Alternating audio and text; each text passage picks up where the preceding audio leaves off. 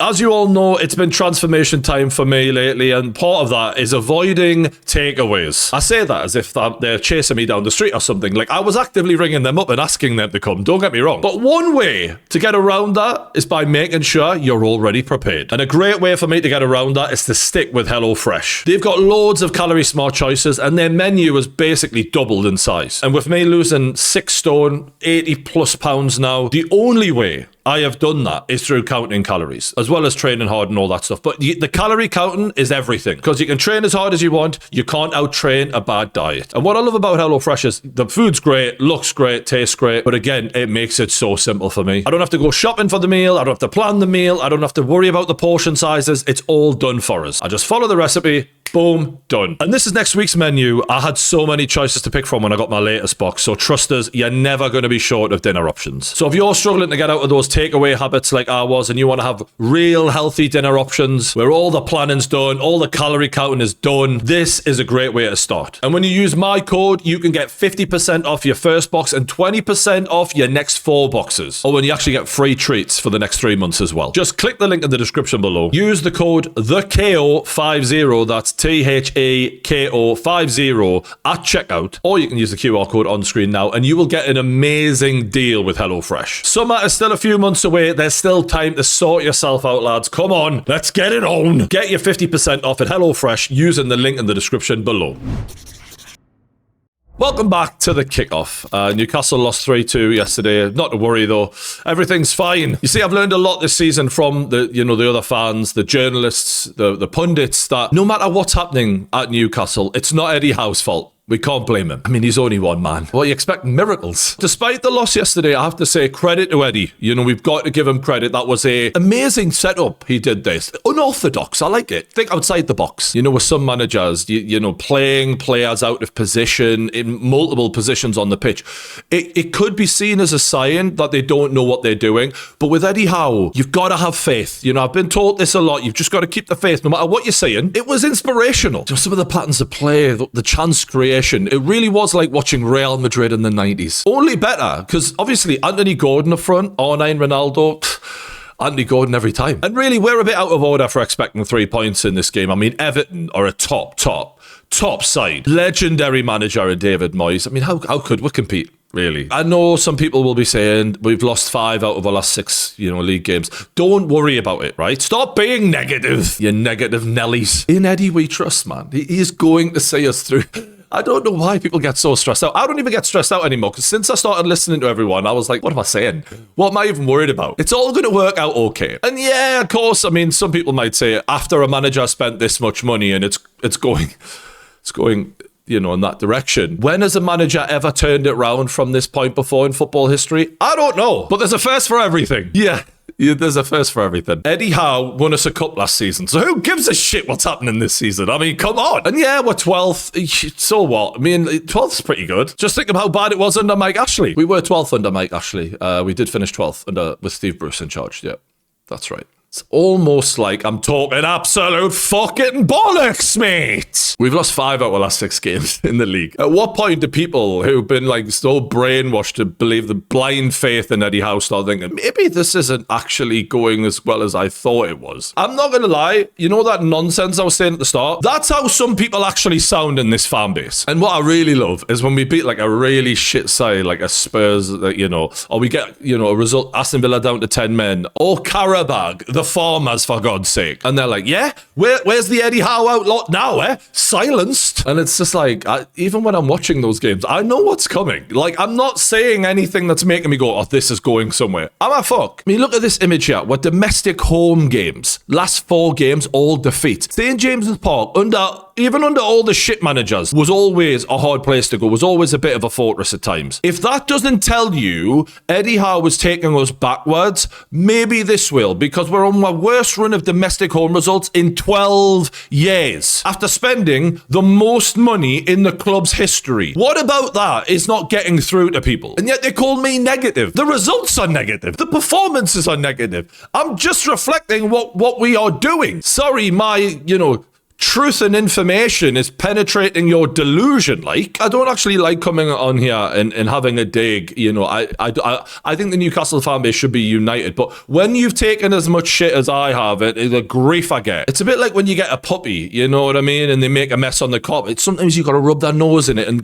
teach them a bit of a lesson. And that's what today is all about. Because we're going to really get into the facts today. Because when I listen to a lot of content and I listen to fans online, it really is hitting me how many people haven't got a fucking clue what's going on with this side right now and where the main problems are. Even pundits. Not a clue, some of them. This is the form table from the last 5 matches. We're 19th. Only Tottenham have got less points than us. These are the things that should be waking people up, ringing the alarm bells. I think we've got 4 points out of our last possible 21. And those came against Wolves and Tottenham. And yesterday, we were beaten by an Everton side who are now up to 8th in the league. They're four points clear of us. We're sitting down in 12th. But let's be real here. If we'd have heard that at the start of the season, even with Champions League and all of the excuses people lay out for Eddie Howe, no one would have said that was good enough. Even 8th would have been seen as a failure, where Everton are, let alone 12th. The harsh reality is we were beaten before a ball was even kicked against Everton because the way he set us up for failure. He set us up to lose. He played Joe Linton as a left winger, Nick Voltaltimore as a centre midfielder, and Anthony Gordon as a striker. And I've been banging on about this nonsense for what feels like months now. And if this game didn't prove how stupid this whole load of shite Eddie's trying out is, then I don't know what game will. And I actually have no faith in Eddie to actually learn from his mistakes anymore. I have got no faith. Because what I've learned is it can be screaming him in the face, it can be so obvious,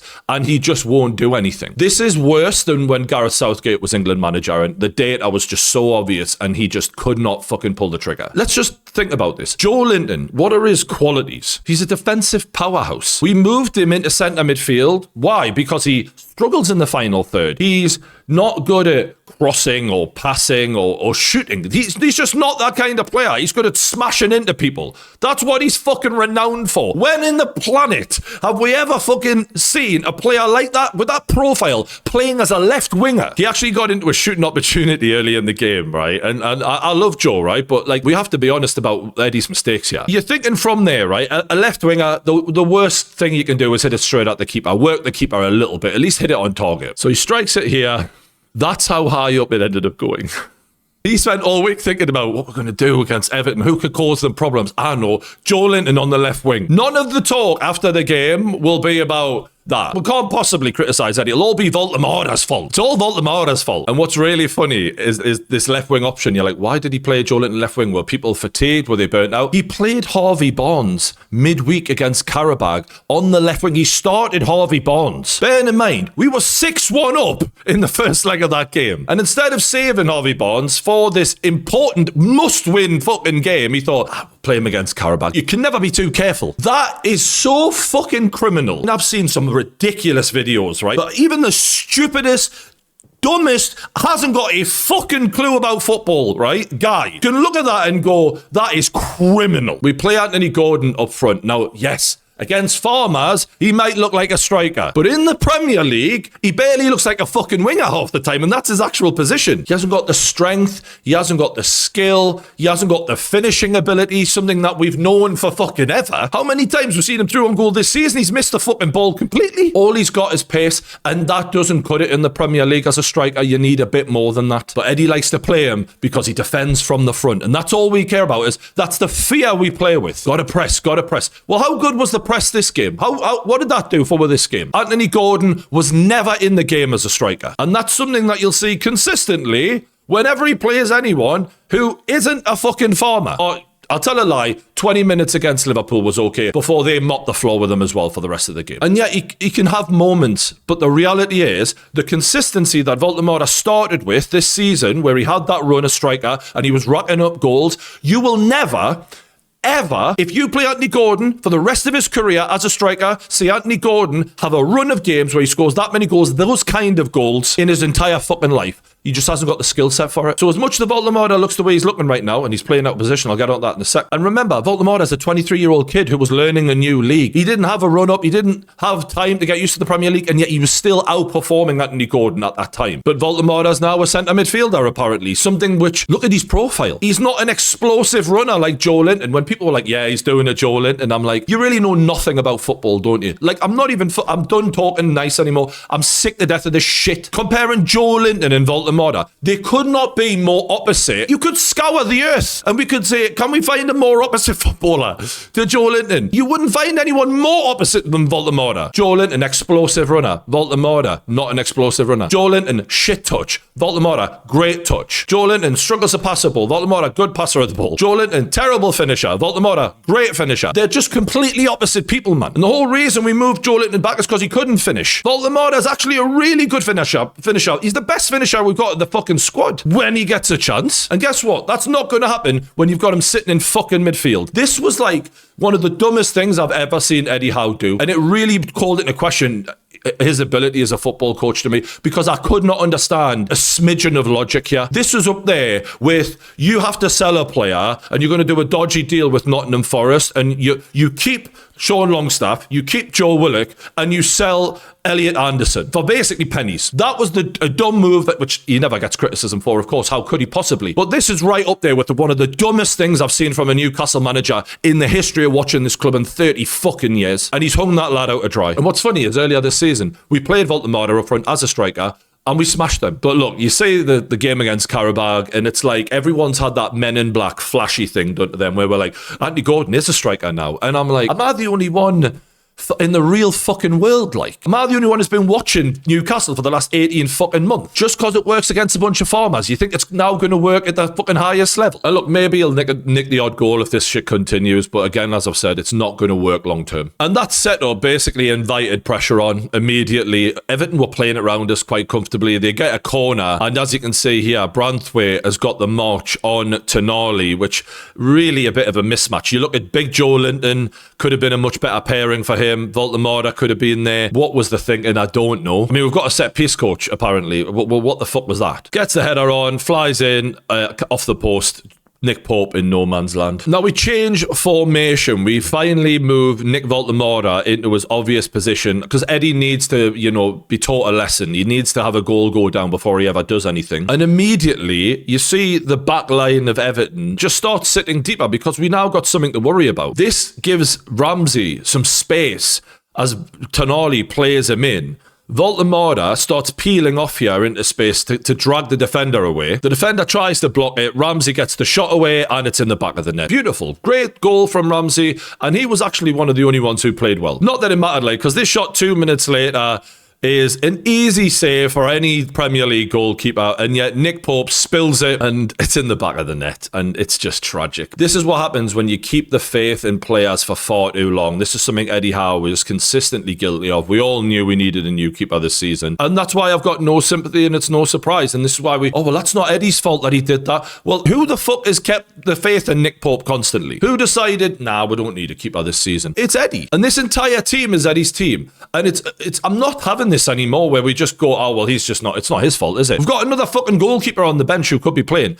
And honestly, there's no difference between them, to be honest. They're both shit. But actually, I don't think Ramsey makes that mistake. There's a foot race here, which Malik Chow makes the mistake and he gets caught out. Not for the first time. Beto goes through on goal and actually hits the bar. It should have been 3-1. They should have been out of sight. Should have been over. We huffed and we puffed after that, and really we had all of the ball, much like the Everton Man United game. They just gave us the ball, sat back, come on, let's see what you can do. And actually we did manage to get back into the game. Murphy has a strike on the edge of the box after a cross in from Joe Linton. I think it took a slight deflection, goes in the back of the net. It was sloppy, but we just needed a fucking goal from anywhere, and that's how we're scoring at the moment. It's edge of the box, it's not patterns of play, hitting hopes. That's what we're getting. And fair enough, right? You need a goal from somewhere, just have a fucking dig. Now, what was absolutely fucking criminal is Anthony Gordon, seconds later, we literally finished celebrating, kicked off, and this is what you see straight away. Anthony Gordon gets tackled in that position there, and basically leaves us with 3 versus 3. What's mad is, again, Anthony Gordon can have a stinker like that, and a moment that costs his team the game. He's the media darling. No one says anything. Well, yeah, but he scored 4 against fucking Farmers, remember? So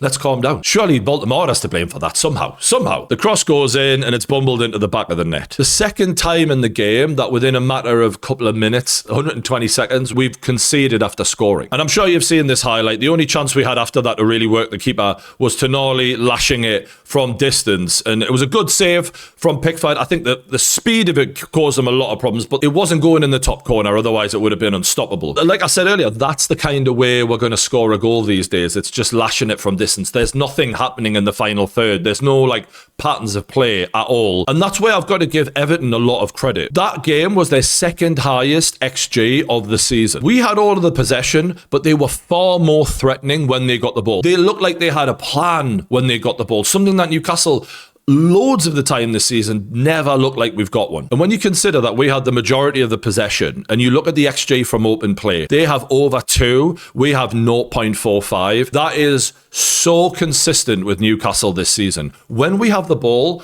we haven't got a clue. And yet Eddie will describe that game, as he has, as dominant. And I'm like, well, we had the ball. Dominant to me means chance after chance after chance. Like you're breaking the door down like we see like the old Jurgen Klopp Liverpool side where it's inevitable that a goal's going to come. That's not what we're doing. We got the ball. They've given us the ball. It's like against Sunderland and Man United where we went, well, we were in control of the game. Well, of course we were. They gave us the fucking ball. Why were we in control though? Because they let us have control. But control doesn't mean anything if you're not doing anything with it. And you don't know how, my guy. 0.45 XG from open play is not dominant, is it? And that's the spin that Eddie puts on games like that. It's amazing. And people just fucking eat it right up, honestly. Like fucking Weetabix. Jordan Pickford made one good save in that game, really. And that was from distance. It was a hit and hope. Dominant. Fuck me, man. He just lies. I said after the Liverpool game, he reframes things and it's insulting me intelligence. But unfortunately, a lot of the Newcastle fans, they just fucking fall for it every fucking time because they love him. And I get it, but come on, man. All the lights on. I see fans, they'll say, oh, we're good, we played well. After watching games like that, and I'm like, where are the standards anymore? Because we're not creating chances, man. Having the ball and running around a bit. When did that become the level of we played well? When did that happen? Because what's funny is they'll all be quick to go, well, remember how bad things used to be. I'll tell you what, I'll take you up on that. Remember how good things used to be under Eddie Howe? Remember how well we used to play? Because we're a fucking million miles off that now. And it's as if that never happened. Do you not remember how good we were? Another great example is the Liverpool game, right? I watched people's reviews of that game and saying how well we did and, we were really at them and all. And I'm like, we had a good first half an hour. I thought we played all right, yeah? We had a go at them. But across the whole game, which fucking matters, we created 0.23 XG from open play. I mean, they cut through us like a hot knife through butter as the game went on. But like, it's the way people reflect on games like that where, running around a bit and having a little bit of possession here and there is now a good performance. Unless you create chances, you don't win fucking games of football. I feel like I'm saying something that's so bread and butter. And yet when I watch people talk about Newcastle's games, I'm like, am I the only one fucking saying this? We don't create chances, man. This Everton game, right? We had all the possession. Big chance creation, 1 for us, 3 for them. Liverpool, we were supposedly good in that game. 7 big chances for Liverpool. They were one-on-one constantly. 0 for Newcastle. That was a game that was reflected on really positively. The Man City game, which people said, oh, well, we huffed and we puffed and we're unlucky, really. We deserved something from that game. 0.28 XG from open play. Big chances for Man City, 5. Big chances for Newcastle, 0. These are the facts, man. Whenever we play anyone good, we get the fucking floor mopped with us. And too many people, I just don't think they pay attention to what the fuck's going on the pitch anymore. This was the goal we scored against Man City. Long range, deflected, a carbon copy of the 2 goals that we scored against Everton. Same against Aston Villa. Long range, deflected. There are no patterns of play that are repeatable here. Have a pop outside the box. That's all we've got right now. The crosses are shit. The passing is shit. There's nothing you can take from these Newcastle performances where you can go, that's how we're going to start clicking into gear and coming good. We're creating chances for the striker. It doesn't matter who you've got up front. Realistically, when we're playing a decent side, Vissa, Voltaltimore, Gordon, they're all isolated. Because of why? Because of Eddie Howe and the way he set Newcastle up. There's no plan with the ball, man. And the fact that Voltaltimore is scapegoated and this fucking manager is getting away with murder when he's paid a fucking fortune because he won a cup last year and we're watching this shit week in, week out. Even when we win, it's a fluke half the time. You can see Eddie's in panic mode. He's shuffling all the players around. He hasn't got a fucking clue at the moment. And he hasn't had it all season, if we're being honest. Never has it been more obvious in my life watching the Newcastle side that the manager is bang out of ideas and he's panicking. And all the pundits, because Eddie's so loved and because he's done well in the past, most of them don't even fucking watch the games. They're blaming it all on Voltaltimore. Why is he not scoring? Why is he not getting in the box more? Because he's playing in centre midfield, you fucking idiots. They're calling him a failure. Right, Is it going well for him now he's playing in centre midfield? Absolutely not, he's not. Because he's not a centre midfielder. But if he's the big failure this season, when he scored, 9 or 10 goals in the first half of the season, without them, we would be in the relegation battle right now, and we're not far off anyway. And yet this 23-year-old kid, first season in the Premier League, who started like a house on fire, he's the flop, is he? It's just embarrassing, honestly, that they're scapegoating this kid. And these journalists, man, they need to take their heads out of their laptops and actually watch the fucking matches, because a lot of these players are not performing. And one of the youngest lads in the team is the last place you should be fucking looking at. What about this leadership group like? Entire team's playing shit. Here's an idea. How about stick Voltaltimore in his actual position and give him a consistent run in the team with some service? Create some chances. Oh no, we don't do that. But no one ever points that out. Why is it that the wingers have got nearly fuck all assists this season? I think we've got 4 in like 85 combined appearances in the Premier League this season or something. No one ever mentions that. Why is Voltaltimore not scoring? Imagine, like, you could have Erling Haaland or Prime Shearer in this side. He wouldn't be getting a sniff. But the least you could do is do what Arsenal have done with Gyökeres. Continue playing him until he gets those chances, until he comes good. He needs minutes on the pitch if he's going to finish chances. The same way Ekitike has been looked after at Liverpool. The same way Sesko has been looked after at Manchester United. Brave managers playing them in their proper position and understanding strikers need minutes to get the chances to come good. You're not going to do that when you've been playing at centre midfield for half an hour, given 25 minutes up front where we had no fucking foothold in the game, and then we haul them off before it goes later in the game when crosses do finally start coming in. None of this is rocket science. It's actually very fucking obvious, and a lot of the fans probably know exactly what I'm bang on. But Eddie Howe doesn't seem to understand that. Strikers are not like midfielders. Strikers can drift out of the game and be anonymous, but for 1 second out of that 90 minutes, they can be perfect and they can make all the difference. They're the Deontay Wilder, right? Deontay Wilder can fight like shit, but 1 second, knockout, and that's all anyone cares about because that's his job. And as a striker, it's the same way. In the midfield, you have to be on it, you have to be involved, you have to be constantly in the game. As a striker, you just need to be stretching the defence, be on the last shoulder, and we're not allowing him to do that. Eddie Howe's been consistently telling him to drop deep. People blame him for that. Eddie Howe's been telling him to do that. And when he's in interviews, Eddie, and he's getting these softball questions, he's like, well, Voltaltimore, you know, he's got to figure it out. You know, he's got to figure it out. Hanging him out to dry. When other players are struggling, he never says anything like that. Look at the Nick Pope question from the game we've just had where he had a fucking stinker. Eddie Howe and Nick Pope on whether a new goalkeeper is priority. Well, it's difficult for me to comment on any one player or position. Collectively, we've got to defend our goal better.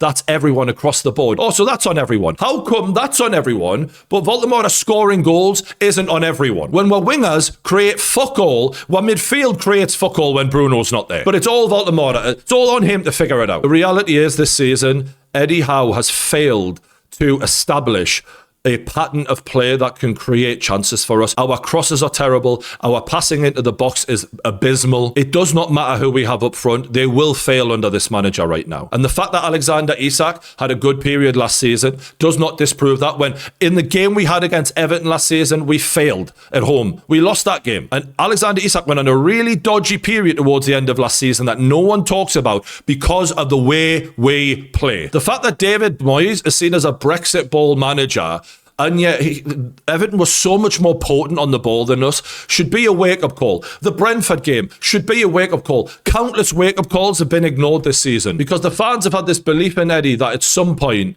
we'll come good and we'll start stringing results together. But I don't need to say that. I knew that wasn't coming. I can see what's on the pitch.